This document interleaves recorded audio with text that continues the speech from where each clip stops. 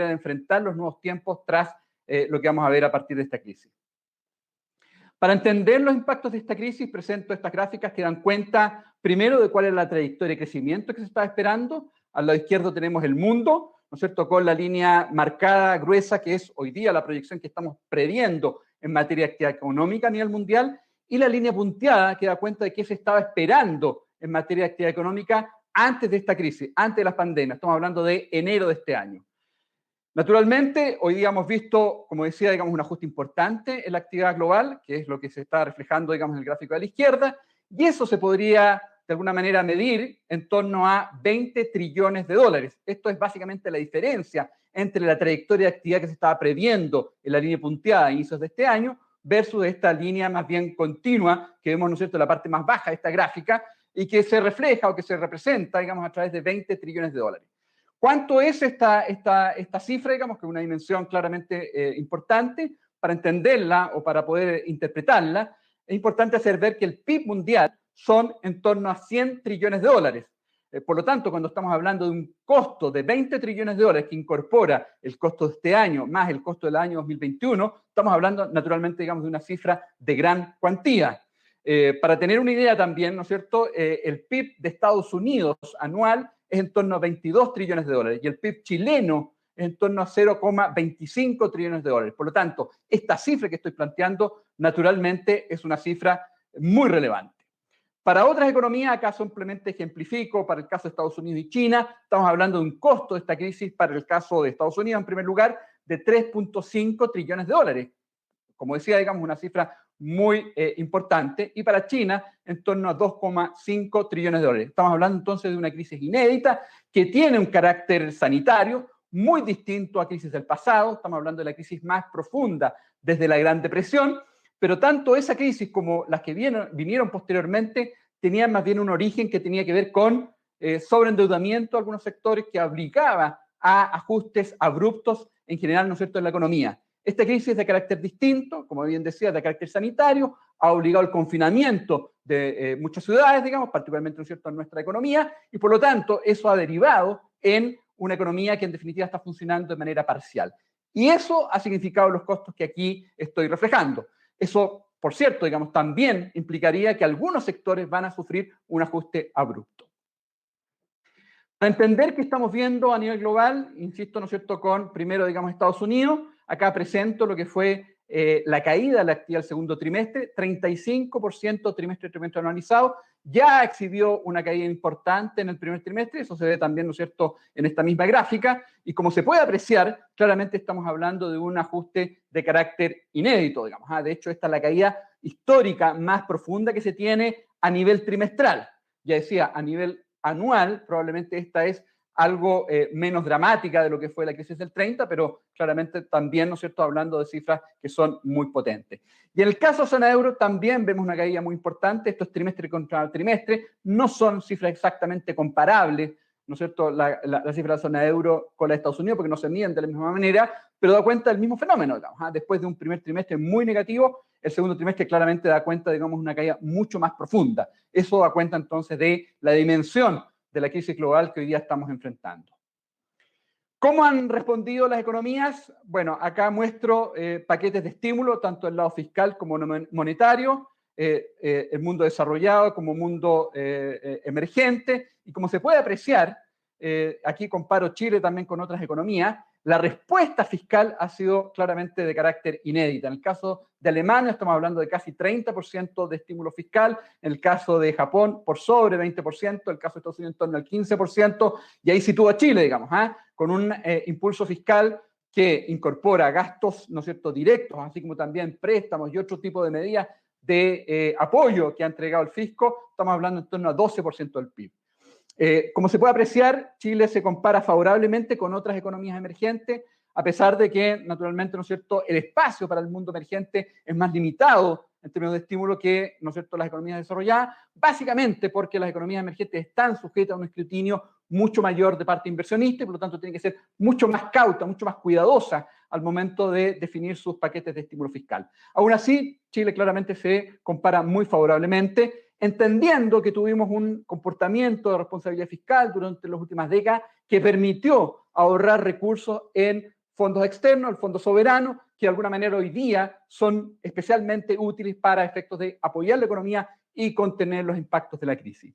Al lado derecho tenemos paquetes de estímulo monetario y como se puede apreciar también Chile aparece muy favorablemente posicionado con estímulos en materia de inyecciones de liquidez muy importantes, con compra de bonos por parte, ¿no es cierto?, del Banco Central, de manera de inyectar liquidez en la economía, compra de bonos bancarios y compra de bonos, ¿no es cierto?, emitidos por el propio Banco Central, así como también, decía, inyecciones de liquidez, tanto en pesos como en dólares, y muy importante, a través de una facilidad, ¿no es cierto?, una novedad que ya el mundo desarrollado también está aplicando, que tiene que ver con, básicamente, entregar recursos a través, ¿no es cierto?, de los bancos a pequeñas y medianas empresas, y por esta vía se han colocado en torno a 20 billones de dólares a pequeñas y medianas empresas, que de alguna manera les permite sobrellevar estos periodos complejos donde muchas de ellas prácticamente no han podido funcionar, han tenido que cerrar sus operaciones producto de las restricciones sanitarias que se han debido imponer de manera de contener los contagios. Como decía entonces, Chile ha sido especialmente activo, el Banco Central, ¿no es cierto?, a través de los estímulos monetarios y el fisco, ¿no es cierto?, a través de apoyo, especialmente aquí en el caso fiscal, focalizado en familias vulnerables, también, ¿no es cierto?, ayuda a clase media, ¿no es cierto?, algo que fue recientemente aprobado por el Congreso, así como también, ¿no es cierto?, algún tipo de apoyo al mercado laboral a través del programa especial, ¿no es cierto?, de suspensión durante, digamos, un periodo para los trabajadores con cargo a el fondo de cesantía, así como también la constitución de un fondo solidario. Para entender qué estamos viendo más recientemente, reconociendo de todas maneras, ¿no es cierto?, que vimos una caída muy importante, digamos, en la actividad económica durante el segundo trimestre, como en Estados Unidos y en Europa, como mostraba, ¿no es cierto?, en la gráfica, en alguna gráfica anterior. Acá estoy mostrando, digamos, algún mayor detalle respecto a qué estamos viendo por el lado del sector industrial y ventas minoristas. Acá tenemos Estados Unidos, zona euro y China, y como se puede apreciar, hubo una caída muy profunda, especialmente durante el mes de abril y mayo, con algún repunte en el mes de junio. Estamos viendo algunas mejoras, especialmente, ¿no es cierto?, en el caso China. China ya está mostrando, por ejemplo, datos de producción industrial positivos, es la línea gris. La línea azul da cuenta, digamos, del repunte en el caso de Estados Unidos y la línea naranja da cuenta, digamos, del repunte en Europa. Todavía son repuntes muy menores. Eso tiene que ver con el hecho de que las economías se han ido reabriendo. Ese proceso debería continuar hacia adelante, pero naturalmente va a ser una fase más bien lenta, digamos, no va a ser tan rápido, la caída fue muy abrupta y por lo tanto la recuperación va más bien en línea con la reapertura de la economía. Y frente a eso podrían haber algunos baches, digamos. Hemos visto que hay dificultades para la contención de contagio en el caso de Estados Unidos, hemos visto algunos rebrotes en zona euro y por lo tanto este proceso claramente de recuperación podría ser algo incluso más lento del que estábamos previendo. Por el lado de ventas minoristas también hemos visto algún repunte importante. Acá estamos viendo alzas puntuales, digamos, durante el mes de junio, algo más relevante en el caso de Estados Unidos. También, ¿no es cierto?, hemos visto algunas mejoras en el caso de China y Europa, pero como bien decía, esto tiene que ver con la reapertura de las economías y a la medida que haya dificultades para continuar con ese proceso, naturalmente esto podría generar, digamos, todavía, digamos, algunos vaivenes. Pero de todas maneras, estamos viendo algunas mejoras y naturalmente eso hace prever que si bien tuvimos un segundo trimestre muy negativo, como vimos, ¿no es cierto?, en el caso de la actividad en Estados Unidos y en el caso, ¿no es cierto?, de Europa, uno podría prever que ya en el mes de, o en el trimestre, más bien el tercer trimestre, veamos, digamos, algunas cifras positivas. Respecto a China, simplemente acá muestro, entendiendo que Chile está claramente mucho más expuesto a la dinámica china. China es nuestro principal socio comercial. Acá lo que estoy mostrando es qué se observó en el segundo trimestre en materia de actividad económica, tanto en el sector industria, transporte y servicios financieros e inmobiliarios. Lo que se observa es que en todos los sectores se ve algún repunte, algo más marcado en el caso de industria y construcción. Eso hace prever de que probablemente en el resto de la economía es que vamos algo más rezagada. Recordemos que China comenzó el proceso, digamos, de crisis algo más prematuramente, digamos. Ya en enero estaba mostrando dificultades complejas, digamos. Pero ya en el segundo trimestre China comienza, digamos, a mostrar un repunte y, como decía, el sector que se recupera con mayor rapidez es industria y construcción. Y eso tiene que ver que son sectores que, al menos, por ejemplo, en el lado de construcción, que a la medida que se levantan las restricciones sanitarias, ya comienzan a operar con mayor normalidad. Otros sectores van algo más rezagados, digamos, probablemente transporte, comercio, va a ir bastante más rezagado, y eso se está viendo en el caso de China, y es esperable que en el caso de otras regiones veamos un patrón similar, digamos, con mayor rapidez, industria y construcción recuperándose, algo más lento el comercio y transporte. Al lado derecho vemos algún mayor detalle de la actividad por sector económico, pero básicamente el mensaje es el mismo. Estamos viendo que la construcción se recupera más rápidamente y hay sectores que van algo más rezagados en este proceso y, como bien decía, probablemente en el caso chileno la dinámica o el patrón de recuperación sea algo similar. ¿Qué estamos viendo en Chile? Bueno, acá tenemos en primer lugar en el gráfico de la izquierda el dato de IMASEC. Ayer conocimos el dato de IMASEC para el mes de junio.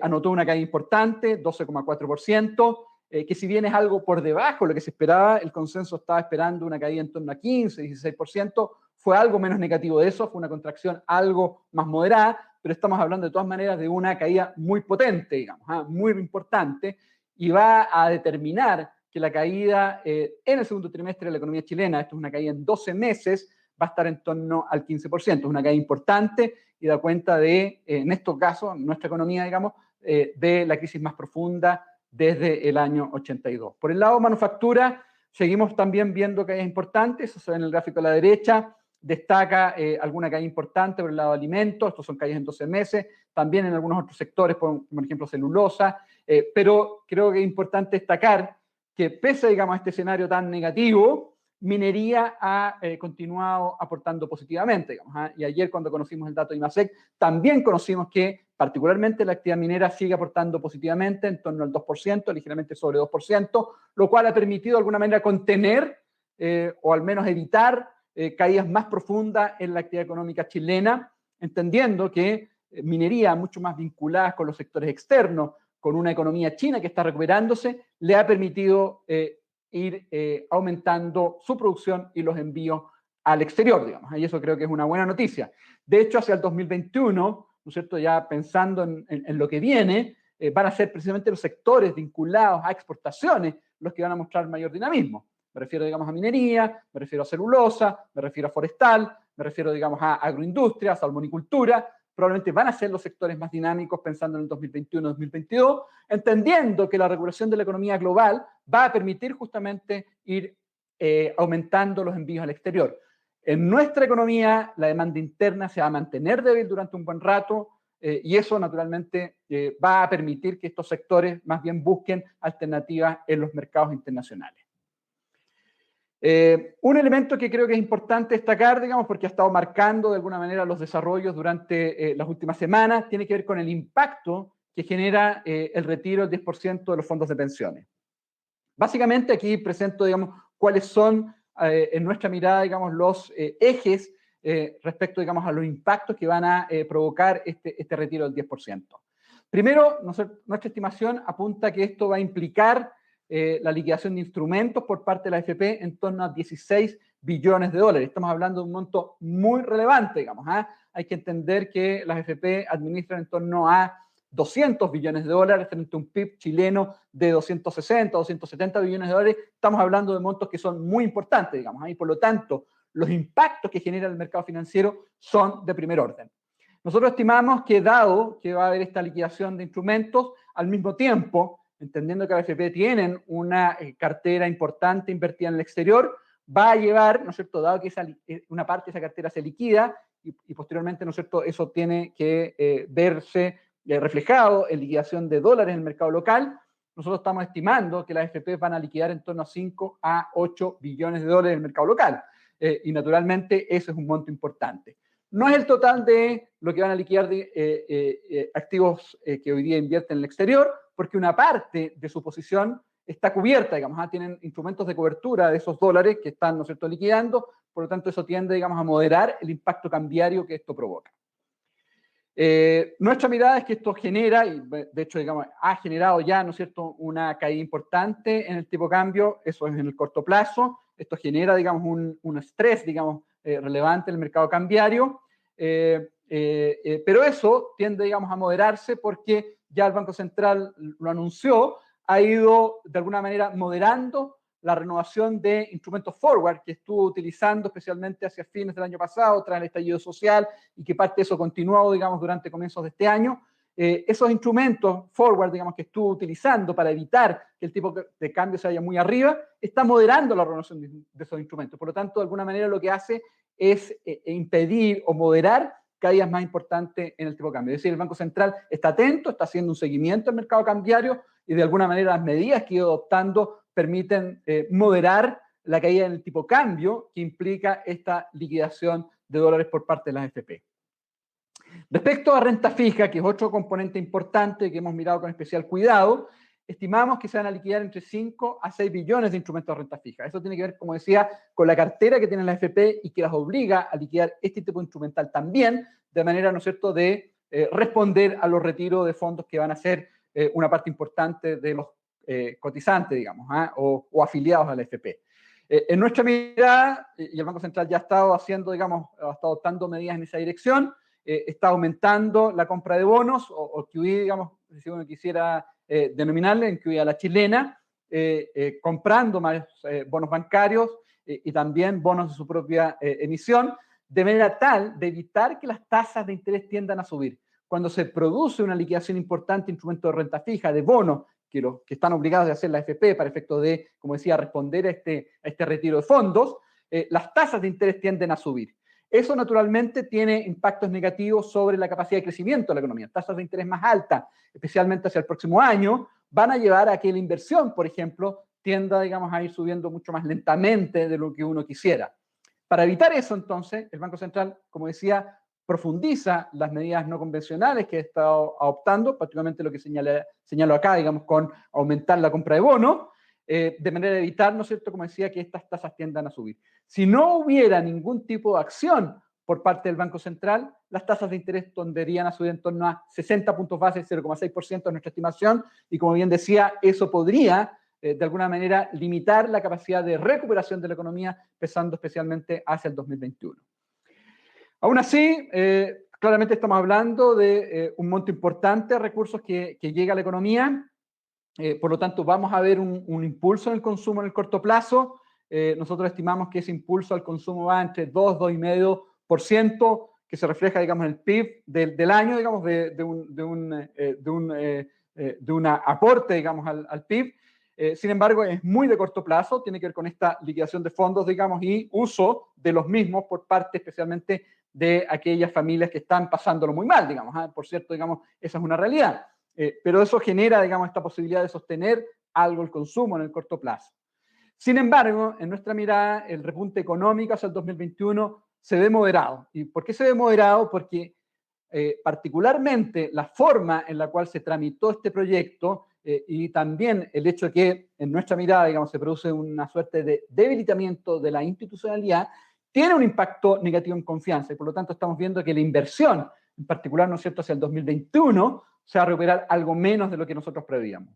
Por lo tanto, resumiendo, en el corto plazo va a tener un impacto positivo producto, ¿no es cierto?, de este impulso en el consumo, pero hacia el mediano plazo vemos una perspectiva de crecimiento algo más baja, especialmente porque la inversión se resentía producto, digamos, del deterioro en confianza, producto del debilitamiento de nuestra institucionalidad.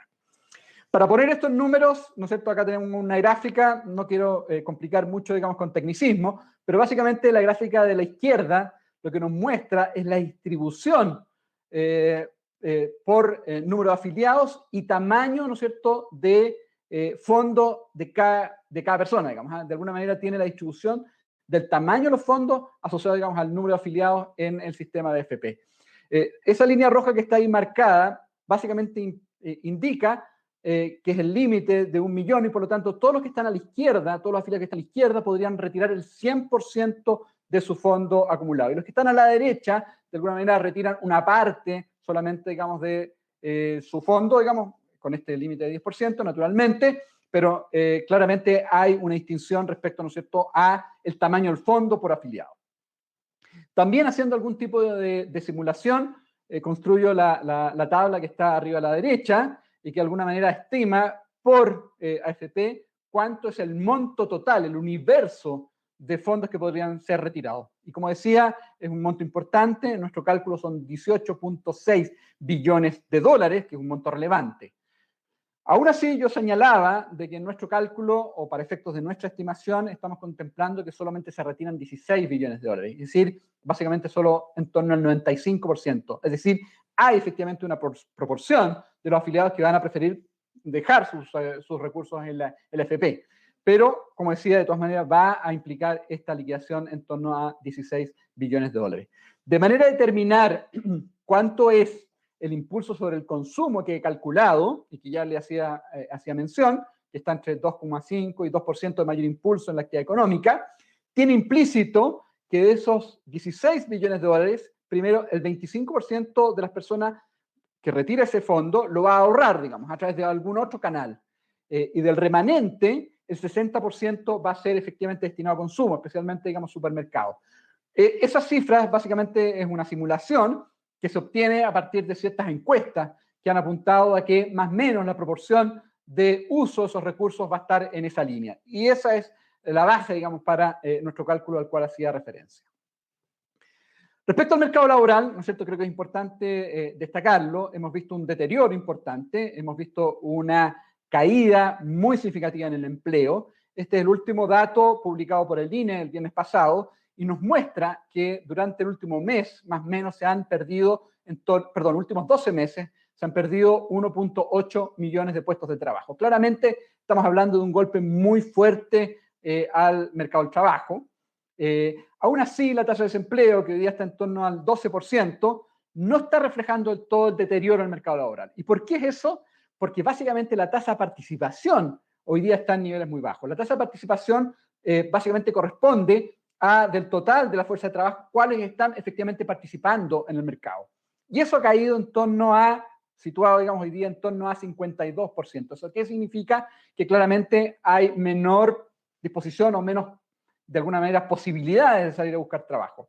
Las restricciones sanitarias, las cuarentenas, ¿no es cierto?, impuestas en buena parte de las ciudades de nuestro país, impiden que una persona que fue desvinculada, que perdió su trabajo, pueda salir, ¿no es cierto?, a buscar empleo. Y eso determina que la tasa de participación laboral, sobre el cual se calcula la tasa de desempleo, cae muy fuerte y eso evita, en definitiva, ¿no es cierto?, que esta tasa de desempleo, que hoy día está en torno al 12%, esté mucho más arriba. Sin embargo, en la medida que vayan liberándose las restricciones, en la medida que se vayan levantando las cuarentenas, en la medida que vayamos avanzando en este proceso paso a paso que definió el gobierno para ir de alguna manera retomando el normal funcionamiento de la economía, va a determinar que una parte importante de aquellos que perdieron su puesto, su trabajo, especialmente el sector asalariado, salgan a buscar trabajo, digamos, y eso va a llevar a que la tasa de desempleo va a subir con cierta fuerza.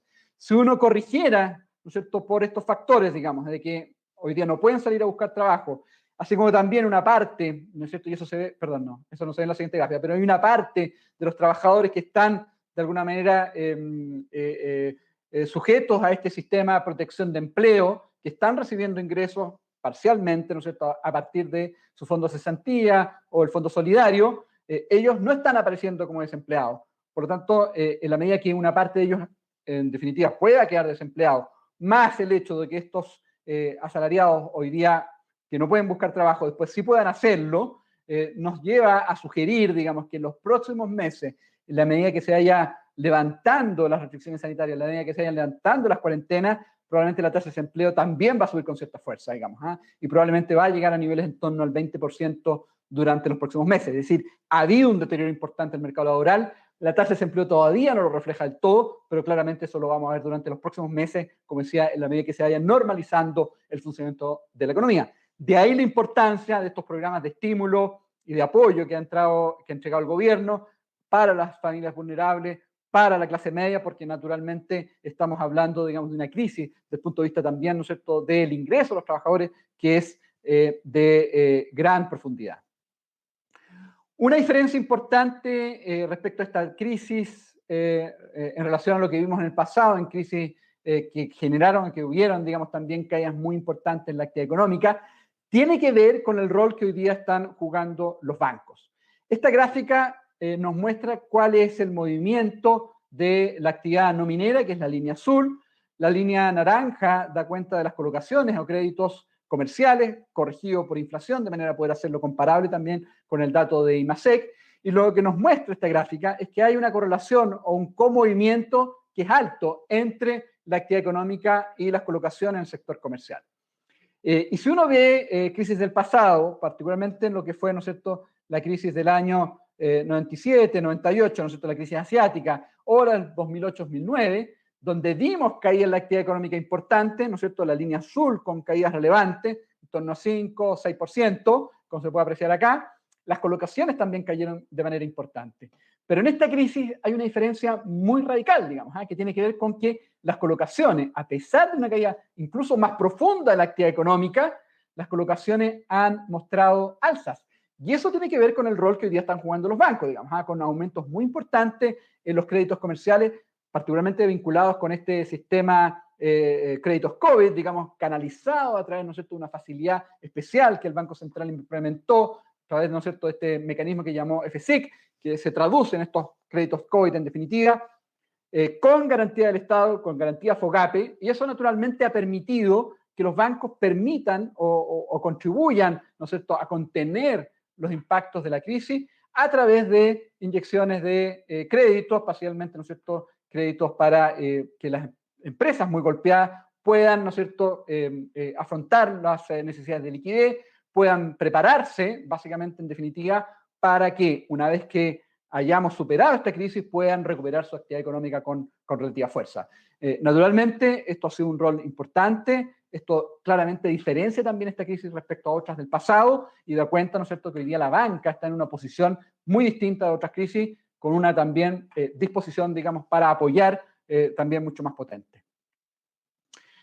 De manera de resumir nuestra mirada, acá presento, digamos, una tabla que da cuenta de nuestras proyecciones. Tenemos básicamente un escenario base, un escenario negativo. En nuestro escenario base, que asignamos una probabilidad de ocurrencia del 60%, contemplamos una caída del PIB de 5,6%. Esta cifra es claramente menos negativa de la que estábamos viendo hace un mes atrás, porque como ya bien decía, el retiro de recursos por parte de afiliados a la AFP va a llevar a un impulso en el consumo muy importante. Estábamos viendo una caída más profunda del consumo, de hecho, ¿no es cierto?, hasta hace un mes atrás. Hoy día más bien estamos viendo una contracción del consumo más cercano al 4%, digamos, menos 3,7% es nuestra proyección puntual. Antes de este proyecto, digamos, estábamos previendo una caída del PIB más bien cercana al 8%. Hoy día claramente estamos viendo una moderación en esa caída, porque además incorpora, y eso creo que es importante también tenerlo presente, que ha habido, ya lo decía, digamos, apoyos importantes a las familias vulnerables y aquellas, ¿no es cierto?, de clase media, que también están recibiendo recursos importantes y que van a ser buena parte de ellos destinados a consumo. Eso permite contener de alguna manera los impactos sobre la actividad económica. La caída de la inversión, sin embargo, va a ser importante, 19%, importaciones también cayendo con mucha fuerza. Estamos previendo que la tasa de política monetaria se mantenga en 0,5% durante un buen rato, eso se ve también, ¿no es cierto?, en esta gráfica, y recién estamos viendo que hacia el 2022, probablemente hacia el segundo trimestre, el Banco Central recién entonces va a comenzar un proceso muy gradual de ir normalizando su tasa de política monetaria. ¿Por qué recién entonces? Porque dada la caída de la actividad económica que hoy día estamos viendo, dado, ¿no es cierto?, que vamos a ir viendo una regulación parcial en la actividad económica, las brechas de capacidad, es decir, la diferencia entre lo que es nuestra capacidad de producción versus lo que vamos a estar produciendo, es de tal magnitud que va a ir cerrándose muy gradualmente y eso va a permitir mantener un estímulo monetario durante un buen rato, como bien decía, al menos hasta el año 2022. La recuperación hacia el 2021, que también se muestra en esta gráfica, apunta a un crecimiento de 3,2%, que es por debajo, que es una cifra que está por debajo de lo que estamos previendo hacia un mes atrás, más o menos 1,5% por debajo. ¿Por qué? Porque estamos previendo que la recuperación de la inversión va a ser algo más lenta, eso ya lo señalaba en la presentación, en el sentido de que el deterioro en confianza por la forma en la cual se aprobó el proyecto de retiro del 10%, claramente debilita la institucionalidad y eso hace que también, ¿no es cierto?, el apetito por invertir tienda, digamos, a moderarse. Buena parte de esa inversión va a ser inversión pública, eso tiene que ver con el paquete de estímulo que también, ¿no es cierto?, el gobierno ha implementado y que acordó con la oposición, ¿no es cierto?, hace un mes atrás, más o menos, 2 meses atrás, por 12 billones de dólares, que hacia el 2021 tiene un componente importante en inversión pública, en concesiones, y ese va a ser también un componente relevante, digamos, para la recuperación hacia el 2021. Ya lo decía, algunos sectores económicos vinculados a mercados externos, pero también la inversión en infraestructura, construcción, que va a ser aquel sector que va a recibir los recursos de estímulo que el gobierno va a estar canalizando para el repunte de la economía hacia el 2021. Hacia los siguientes años vamos a ir moderando nuestro crecimiento para ir convergiendo gradualmente hacia lo que es nuestra percepción de lo que es el crecimiento potencial de la economía chilena. Nosotros hoy día estimamos que el crecimiento potencial de la economía chilena está en torno al 2%. Eso tiene que ver con la caída de la inversión, muy importante que vamos a ver este año. También una caída importante que se vio hacia el último trimestre del año pasado, y eso tiene que ver con el estallido social. Recién, ¿no es cierto?, como decía, recuperando ciertos niveles más de largo plazo, más de equilibrio de la economía hacia el año 2022-2023. Es importante ver que hace un año atrás se estimaba que el crecimiento de la economía chilena de largo plazo, tendencial o potencial, como uno quiera llamarlo, era en torno a entre 3, 3,5%. Ha habido un deterioro importante en esa perspectiva, y eso tiene que ver con este componente asociado al estallido social, que ha introducido rigideces, que ha introducido también algún deterioro, digamos, en la institucionalidad en Chile, y una caída de la inversión muy importante. De ahí entonces nuestra mirada que hacia adelante, más bien, ¿no es cierto?, el crecimiento sería algo más moderado, o bastante más moderado de lo que estábamos previendo. Recién estamos anticipando que hacia el 2023, 2024, el Banco Central va a posicionar su tasa política en el nivel de largo plazo. Hoy día la tasa de política monetaria está en 0,5%, la de largo plazo la estimamos entre 3 y 3,25%, recién ese nivel se va a alcanzar el 2023. Y eso tiene que ver también con lo que estamos viendo a nivel global, digamos. También la Fed, ¿no es cierto?, el Banco Central de Estados Unidos, ha previsto que recién entonces, estoy hablando, digamos, del 2023, 2024, la tasa de interés va a estar en los niveles de equilibrio. Es decir, la regulación de la economía, tanto en Chile como en el mundo, va a ser gradual, va a ser lento, y eso, ¿no es cierto?, va a llevar también al mismo tiempo que las tasas se vayan normalizando muy lentamente hacia el largo plazo. En materia de inflación, lo que estamos viendo es que este año termina en 2% la inflación, y que lentamente, recién hacia el 2022, alcancemos una inflación en torno al 3%, que es la meta del Banco Central. Pasa un proceso gradual, la inflación va a ser baja durante buenos meses, durante un buen rato, y eso tiene que ver con las holguras de capacidad, con una demanda interna muy debilitada, con un consumo que va a demorar en recuperarse, tal como se ve, ¿no es cierto?, en esta misma lámina. Escenario negativo, le asignamos una probabilidad de ocurrencia del 40%. En ese caso, estamos previendo, digamos, una caída más importante en la actividad económica, 7% ya lo muestra, digamos, esta gráfica, con una evolución también algo más lenta. Este escenario tiene, primero, implícito de que la reapertura de la economía es más lenta de lo que sugiere el escenario base. Recordemos que el gobierno ha definido, digamos, un proceso que tiene que ver con el cumplimiento de ciertos indicadores sanitarios. Si ese proceso es más lento, es más complejo, porque los contagios no acompañan, entonces en ese caso vamos a tener una caída mayor, digamos. Y también tiene implícito que el mundo enfrenta una situación también más compleja desde el punto de vista sanitario, digamos. Estados Unidos con mayores dificultades para controlar los contagios, Europa con algunos rebrotes que también conllevan un crecimiento global algo más bajo, y por lo tanto, desde el punto de vista de los commodities, niveles de precio de cobre algo más bajo del que está sugerido en el escenario base. Eso se me olvidaba mencionar, digamos, en nuestro escenario base en realidad estamos contemplando que el precio del cobre a fines de este año termina en $2.80, algo por debajo de lo que estamos viendo hoy día, digamos. Ahí eso tiene que ver con que la oferta va a responder con más rapidez, particularmente la oferta chilena, la oferta peruana, y eso va a llevar a que el precio del cobre tienda, digamos, a ir bajando en nuestra mirada por lo menos de aquí a fin de año. Volviendo al escenario negativo, la recuperación también es más lenta, el 2021 con el crecimiento más bien cercano al 2,1%, y en el largo plazo con el crecimiento 1,8%. Este escenario negativo tiene implícito también un manejo social en Chile más dificultoso, digamos, con mayores tensiones. Vamos a ver tasas de desempleo altas durante los próximos meses, ya lo decía, probablemente más cercana al 20% en los próximos meses, y bajando muy lentamente, digamos. Y eso podría generar cierta dificultad en el manejo de las tensiones sociales. Recordemos que tenemos un plebiscito, ¿no es cierto?, en octubre de este año, que podría llevar, digamos, un cambio de constitución. Eso también podría, ¿no es cierto?, implícitamente generar mayores tensiones, y eso tiene de alguna manera incorporado este escenario negativo con una economía que tarda más en recuperarse. Yendo así al tema del plebiscito, en nuestra mirada, y eso es parte de nuestro escenario base, independientemente de cuál sea el resultado, nuestro escenario base contempla que las tensiones sociales, si bien pueden, ¿no es cierto?, observarse ciertas manifestaciones, claramente van a ser muy menores respecto a lo que vimos tras el estallido hacia fines del año pasado, incluso a comienzos de este año. Nosotros creemos que el avance en la agenda social, el hecho de que, de alguna manera, la Constitución, independientemente del resultado del plebiscito, esté más bien validada por la ciudadanía, va a contribuir a ir bajando esa tensión y, por lo tanto, de alguna manera también siendo mejor procesado por la economía y generando, ¿no es cierto?, cierto estímulo por el lado de la inversión. Recordemos también que el gobierno está implementando un paquete de estímulo de la inversión, entregando, ¿no es cierto?, algunos incentivos por el lado de la depreciación instantánea, que genera ciertamente también incentivos para ir incrementando la inversión. Ahora, ese incremento, como bien lo muestra, digamos, el escenario base, es más bien moderado, digamos, con crecimiento en torno al 4% durante los próximos años y más bien convergiendo hacia crecimientos en el largo plazo de la inversión en torno al 3%, de la actividad en torno al 2%, como ya bien decía. Respecto a tipo cambio, también lo mencioné respecto, digamos, a cuál es el impacto que genera la medida señalada respecto, digamos, al retiro del 10% por parte de la AFP. Estamos viendo que el tipo de cambio va a tender a caer con cierta fuerza en el corto plazo.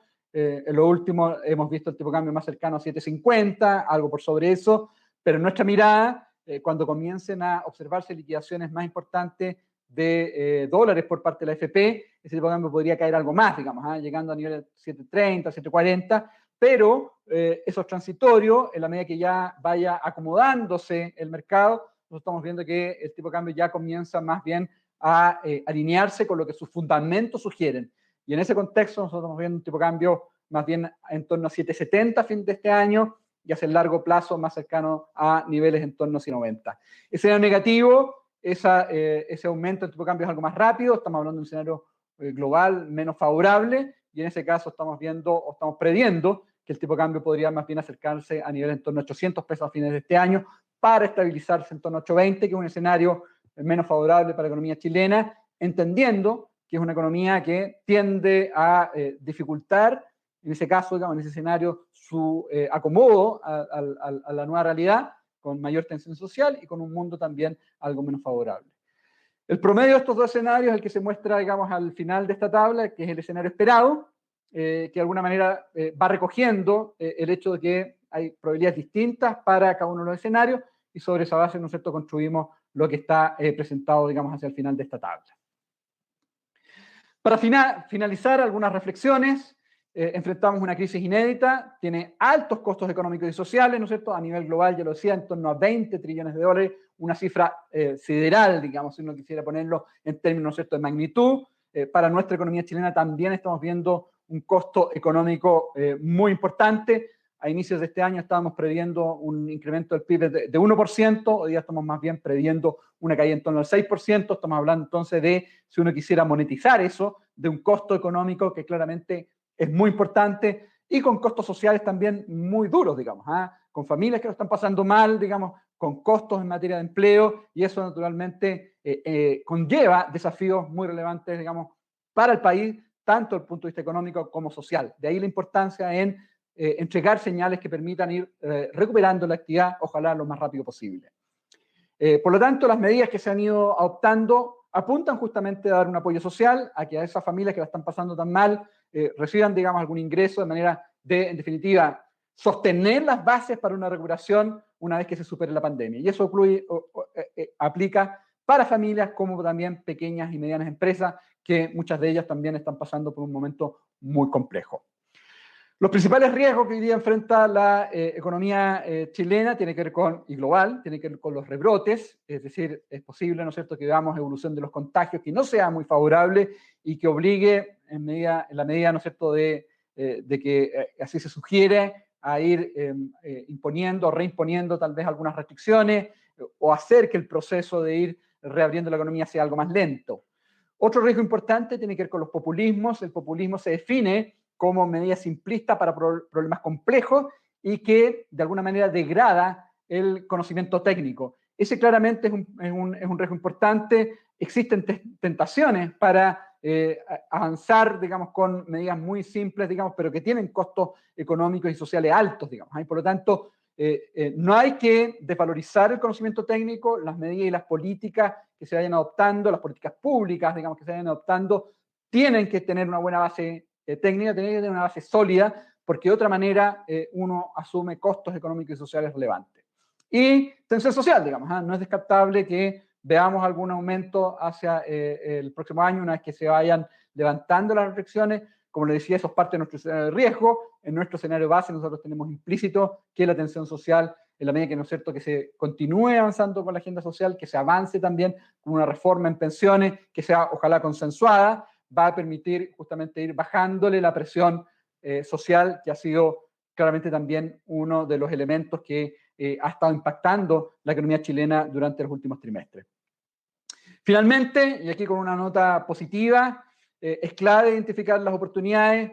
En las crisis se potencia la innovación, el desarrollo. Si uno mira la historia económica, tras cada crisis hay cambios importantes en materia cultural, hay cambios importantes en materia de innovación, y creo que en este caso no va a ser la excepción, digamos. Se está generando canales digitales mucho más potentes, se requiere apoyar a las empresas para que de alguna manera la musculatura digital se vaya fortaleciendo, hay oportunidades, hay ganancias de eficiencia que de hecho, digamos, este proceso podría conllevar, y por lo tanto hay que identificarlas y aprovecharlas, digamos. Tenemos que ser creativos, tenemos que ser jugados, tenemos que ser innovativos, y eso es parte, digamos, de los desafíos que tenemos como país y como sociedad, tanto, ¿no es cierto?, a nivel chileno como a nivel global. Eso es, muchas gracias. Vamos a recoger preguntas. Bueno, ya han llegado bastantes preguntas, digamos, a nuestro chat, así que enseguida las vamos a ir respondiendo. Muchas gracias, terminamos la presentación y vamos entonces enseguida a las preguntas.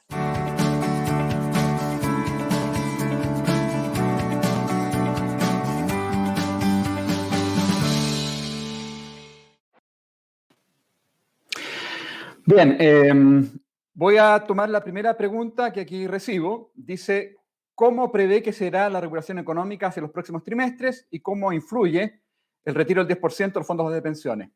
Bueno, vamos a ver primero un dato para julio que va a seguir siendo muy negativo. Recordemos que durante julio hubo también, ¿no es cierto?, una imposición en materia de restricciones sanitarias y cuarentenas importante. Estamos esperando probablemente una cifra algo más negativa de la que vimos en junio y que conocimos ayer.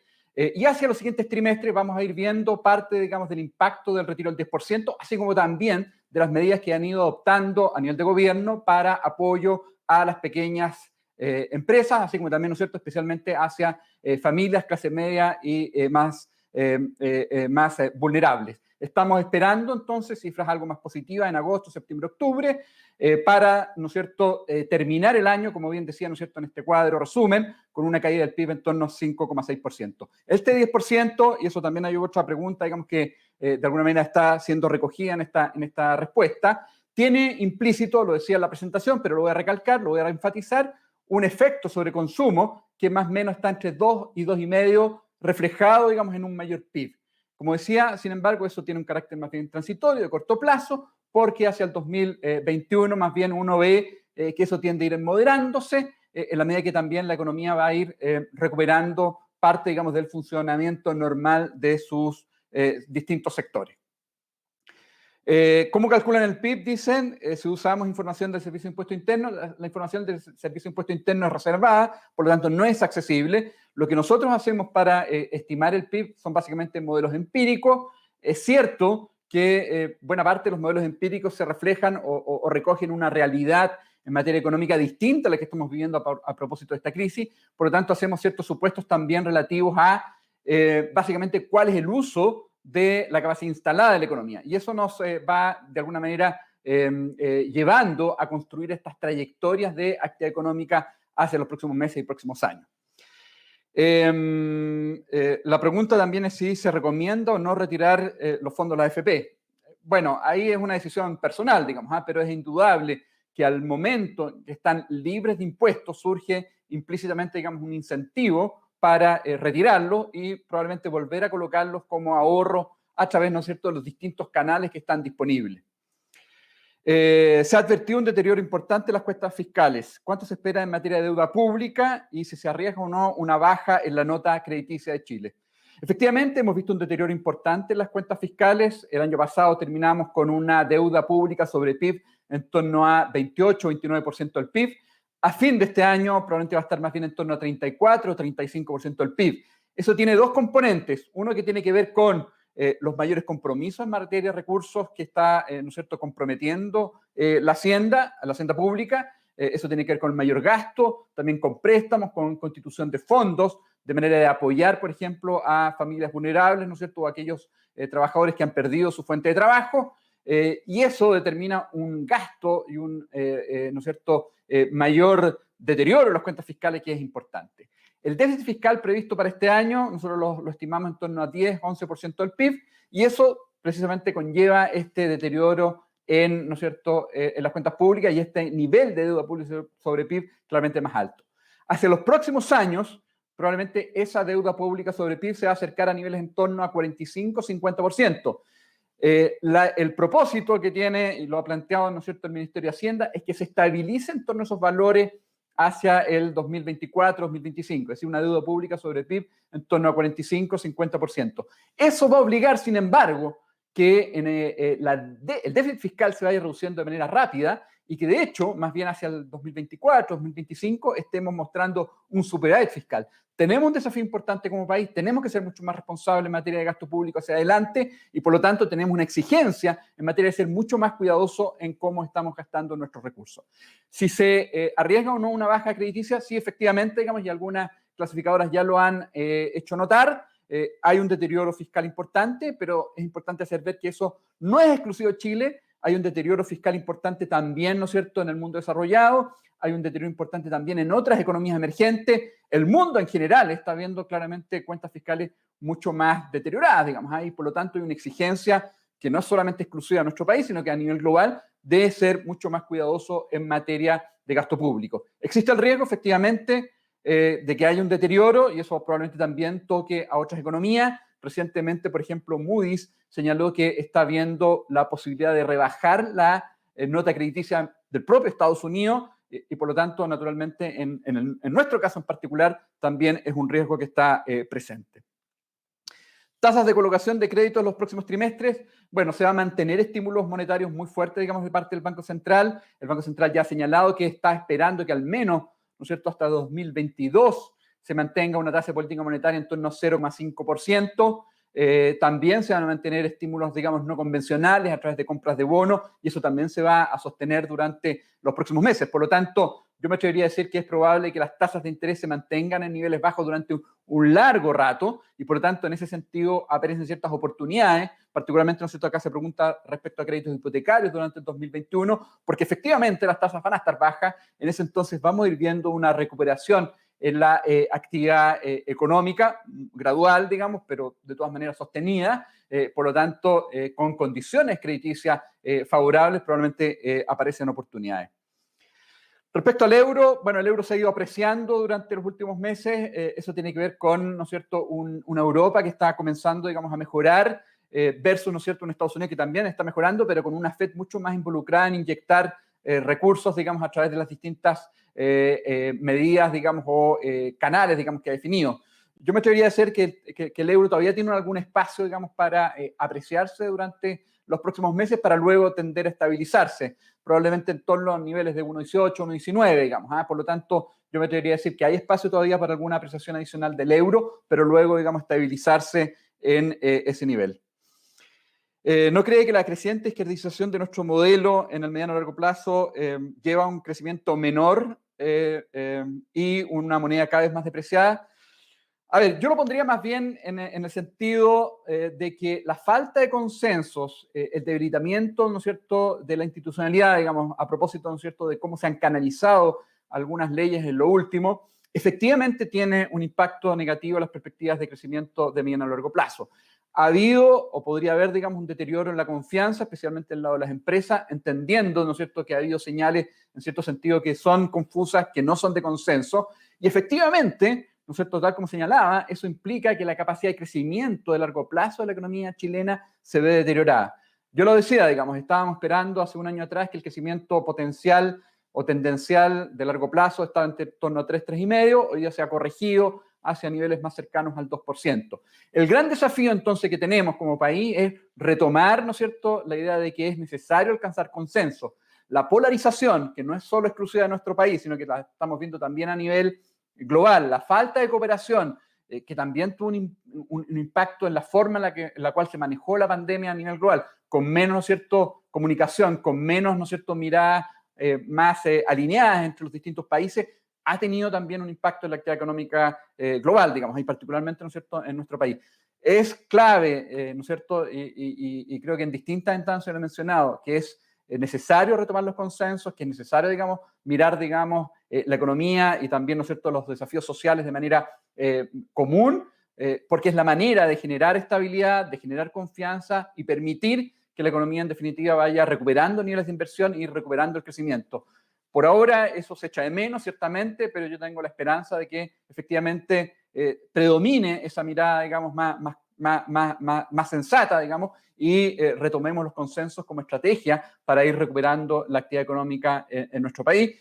Los desafíos sociales y económicos son gigantes, digamos, y si aspiramos a ser un país desarrollado, ¿no es cierto?, en algunas décadas más, es clave, digamos, retomar, digamos, ese camino de manera de sustentar nuestro desarrollo hacia los próximos años. Los escenarios, ¿cuándo cambiarían con una victoria del apruebo a la nueva Constitución? A ver, algo traté de mencionar, digamos, al respecto, digamos, en la presentación. Mi mirada, tal vez, ¿no es cierto?, es algo optimista, digamos, o algo favorable, digamos. Yo creo que independientemente de si es que el resultado en el plebiscito es apruebo o rechazo a la Constitución, yo creo que el hecho de que se vaya escribiendo una nueva Constitución, en el caso de ganar, ¿no es cierto?, el apruebo, a través, ¿no es cierto?, de un quórum calificado 2/3, da ciertas garantías, en mi mirada al menos, ¿cierto?, de que no se van a reflejar miradas extremas en nuestra Constitución. Es cierto, y yo comparto esa idea, digamos, de que la crisis social, estallido social, utilizó como argumento que la Constitución no representa o no es consensuada. Yo estoy profundamente en desacuerdo con eso, digamos, en el sentido de que la Constitución efectivamente, en la medida que está resguardando derechos que son clave, ha permitido efectivamente, digamos, un desarrollo exitoso de nuestra economía durante las últimas décadas. De alguna manera sirvió como excusa, digamos, ese argumento para explicar el estallido social, pero ciertamente la Constitución que hoy día tenemos da ciertas garantías importantes, digamos, y son básicamente el eje, digamos, que permitió el buen desempeño en la economía chilena durante unas décadas. Aún así, en caso de aprobarse, digamos, un cambio de Constitución, insisto, yo creo que se van a mantener los pilares que han permitido el buen desarrollo de la economía chilena durante las últimas décadas y por lo tanto creo que no se ve arriesgado esos ejes en caso, digamos, de que se cambie la Constitución y particularmente porque estimo yo, digamos, o creo yo, digamos, que se van a mantener, digamos, ciertos resguardos que son claves, digamos, para el desarrollo de Chile. Creo que esas son las preguntas que he recibido, así es que, bueno, les agradezco mucho su presencia, empecé, digamos, muy comprometidos con ustedes, digamos, y se van a continuar haciendo en este ciclo, digamos, de charlas, esta relación cercana con ustedes de manera de ir apoyándolos, de manera de ir acompañándolos, digamos.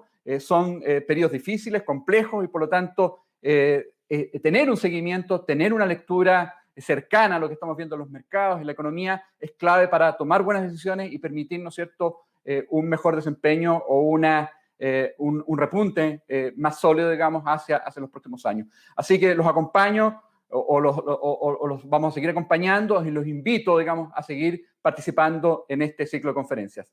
Muchas gracias y hasta una próxima oportunidad.